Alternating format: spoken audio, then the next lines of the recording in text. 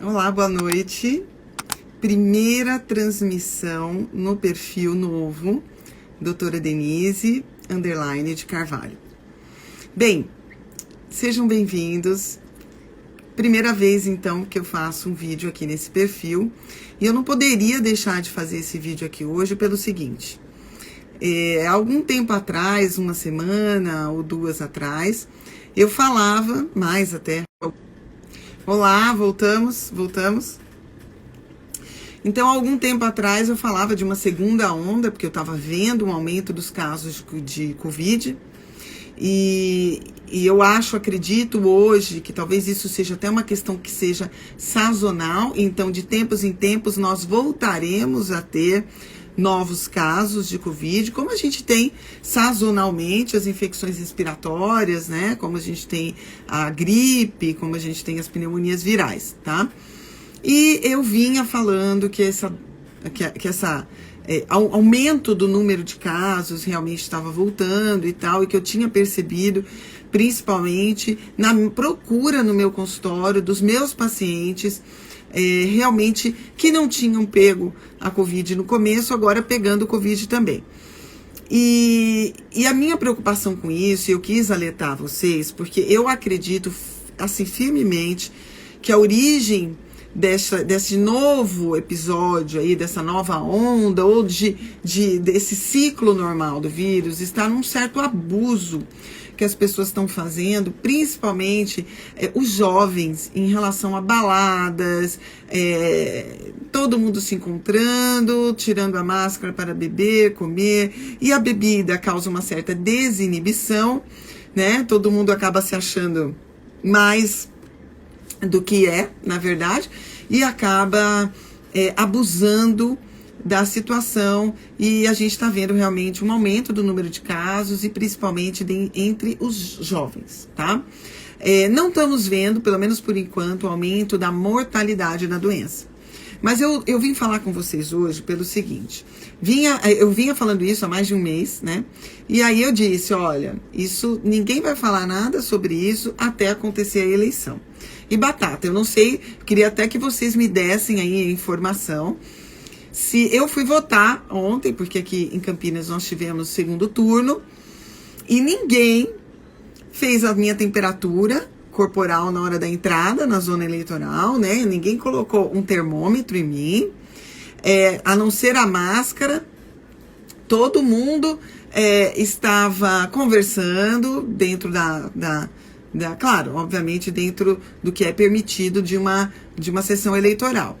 Todo mundo assinando com a mesma caneta, todo mundo clicando nos botões da urna eletrônica com as suas mãos, tá? Até ali parecia que realmente a pandemia tinha acabado, ou a pandemia tinha diminuído, a ponto de a única preocupação nossa deveria ser usar máscaras, né? Até ontem, né? Interessante isso. Hoje, o estado de São Paulo entrou novamente em zona amarela. Saiu do verde e entrou zona amarela. Interessante, né? Hoje, de repente, isso aconteceu, né? Como eu previa, os interesses, né, que envolvem votos, as pessoas irem, e mesmo assim a gente viu que houve uma abstenção de 30% no estado de São Paulo. Uma abstenção das maiores que já existiu em eleição no estado de São Paulo, tá? Uma abstenção altíssima. Será que essas pessoas todas estavam doentes? Ou as pessoas realmente perderam a fé no poder público, principalmente aqui no estado de São Paulo? E hoje voltou a zona amarela. E o que é interessante é que quando vem a zona amarela, vem uma restrição de funcionamento do comércio por até 10 horas ao dia. Então, shoppings, academias, tudo que funcionava por mais tempo, agora vai ter que funcionar por 10 horas. Interessante que as necessidades individuais continuam sendo as mesmas, né? E coletivas também. Então, quer dizer que as pessoas que poderiam frequentar um shopping em 12 horas, agora elas têm que frequentar em 10. Qual é, me expliquem se vocês sabem, qual é a inteligência de eu reduzir o tempo aberto do comércio ou o tempo aberto de uma agência bancária, eu reduzir o tempo aberto de repartições públicas, sendo que as pessoas vão continuar precisando se direcionar a esses lugares. Obviamente, eu vou aumentar a concentração de pessoas, porque agora eu não tenho o mesmo tempo para diluir. Agora eu tenho que colocar todo mundo em 10 horas, né, ao invés de 12, vamos dizer assim. Me diga qual seria... Não, em 2016, Cássio, aqui no estado de São Paulo, a abstenção foi 21%. Agora, no segundo turno, 30% de abstenção. Né? Então, provavelmente, eu acredito que as pessoas estão desmotivadas a votar. As pessoas estão desmotivadas a comparecer, porque realmente a gente vai perdendo a esperança, né? A gente sabe que existem interesses importantes envolvidos em fazer todo mundo crer que realmente a resposta é uma espécie de lockdown. Porque distanciamento não faz sentido. Como que você vai fazer distanciamento diminuindo o tempo de funcionamento das coisas? Você não vai fazer distanciamento com isso, né? Porque as pessoas vão continuar precisando ir a esses lugares, só que agora com um tempo mais curto. Então, na verdade, a densidade de pessoas procurando o serviço vai aumentar. Então, da onde vem o distanciamento, né? Como que você justifica isso, né? E tem uma outra questão, tá? Houve aí a compra das vacinas, né? Aquela vacina, a Coronavac, pelo estado de São Paulo, pelo digníssimo governador, mesmo antes da vacina ser aprovada pela Anvisa. Então, ele fez a compra das vacinas, mesmo antes de saber se ela poderia ser aplicada no país. Então, é preciso, gente, pensa comigo, é preciso justificar um gasto público. Tá? Porque as pessoas com medo, elas vão pressionar os órgãos para aprovar a vacina, as pessoas vão exigir a vacina, e aí eu justifico os 500 milhões de reais gastos com as vacinas que não tinham ainda autorização pela Anvisa. Realmente, gente, não precisa ser muito inteligente, né? É só pensar um pouquinho mais abrangente, que a gente vai ver que existem muitos outros interesses quando se ocorre uma coisa dessa. E tem uma outra questão também. A palavra quarentena vem, na sua origem, né, no afastamento daqueles que estão doentes, não da população inteira, tá? Isso nunca existiu. Essa questão de vamos tirar todo mundo de circulação, né? Isso não é quarentena. Quarentena vem de tirar, alijar da sociedade as pessoas que estão doentes. Claro que eu vou dar a mão palmatória aqui, tá? A Covid, existe uma quantidade de pessoas falso-negativas ou assintomáticas muito grande, justamente porque a virulência, a patogenicidade do vírus em condições normais é baixa. Então, por isso que tem muita gente circulando, andando por aí, abrigando o vírus sem nenhum sintoma.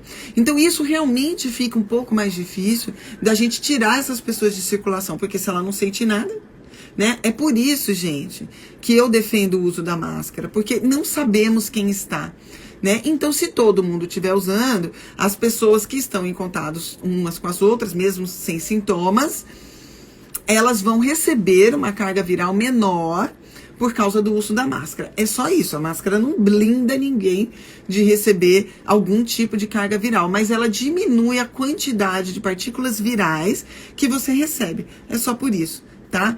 Então, gente, infelizmente, o que eu até brinquei nos stories do meu outro perfil, eu coloquei assim, olha, Eu vou montar uma barraca de vidência. Não precisa ser vidente para falar o que eu falei há um mês atrás, que eu tinha certeza que após as eleições a gente ia começar novamente a ter aí restrições de funcionamento. Não digo quarentena, porque a princípio é uma fase laranja, né? Então, o comércio continuará aberto e tudo mais, mas existem grandes instituições, como a própria Organização Mundial de Saúde, que já falou, ao contrário do que ela vinha falando, né, no início da pandemia, que as repercussões de uma quarentena, de um lockdown, sobre a economia pode ser mais deletério ou pode causar mais mal do que a própria pandemia, né? E principalmente quando a gente pensa ainda nas crianças longe da escola, né? Nunca existiu na nossa história, quase um ano, as crianças sem frequentar a escola, né? E hoje mesmo, agora, eu estava participando aí de um grupo de estudos que foi apresentado um trabalho científico mostrando que a resistência insulínica, ou seja, a pré-diabetes, está associada a uma gravidade maior da doença da Covid, né? Então, olha só, ficar em casa sem exercícios físicos, comendo como se não houvesse amanhã, sem nenhuma política pública que prepare o ser humano, a população, para o enfrentamento dessa doença, né? Preparar o ser humano para que o nosso terreno, nosso corpo esteja em condições melhores de enfrentar essa pandemia. Não se deu nenhum tipo de ênfase nisso. De redução de resistência insulínica, de melhora de qualidade de vida, melhora de dieta, aumento da atividade física, sono de qualidade, controle do estresse. Não, foi tudo ao contrário. Foi estresse, com você com medo de sair de casa, com medo de pegar o vírus, assistindo televisão e fazendo uma síndrome do pânico em casa, comendo só para ter prazer, porque todos os outros prazeres da sua vida foram cerceados de você. Ou seja, as pessoas estão inflamando, as pessoas estão ficando sedentárias, as pessoas estão ficando dentro de casa, deprimidas, com problemas financeiros, que tudo isso associado só piora a evolução da doença. Se focou simplesmente em compra de respirador, que, graças a Deus, é apenas a ponta do iceberg dos pacientes que vão realmente precisar disso. Se eu tivesse cuidando da base do processo, muita gente não ia precisar do tal do respirador. Infelizmente, isso não é só no Brasil, isso é no mundo inteiro. Parece que a gente passou uma lavagem cerebral. Eu sempre, desde o começo da pandemia, eu tenho falado: olha, é uma grande oportunidade para a gente mudar a nossa vida. É uma grande oportunidade para a gente aprender a lidar com o nosso corpo. Foi esse o objetivo que eu tive quando eu escrevi agora o segundo livro que foi lançado e que vai começar a ser entregue agora a partir do dia 5/12. Imunidade, intestinos e Covid. Eu foco justamente nisso, no empoderamento do seu sistema imunológico, em como ele funciona, o que você pode fazer por ele, não só no caso da Covid, para qualquer pandemia, epidemia que virá. Você deixar o seu corpo numa condição melhor para enfrentar o processo.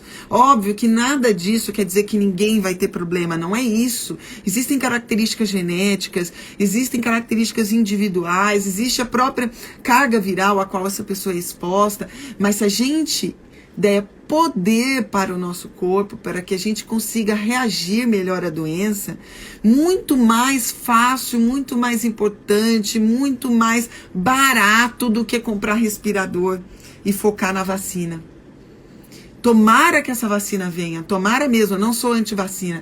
Espero que essa vacina venha, uma vacina de qualidade, com segurança, com eficácia, mas não acredito que isso vai acontecer no futuro tão próximo assim. Enquanto a gente está focando no final, a gente tinha que estar focando no começo.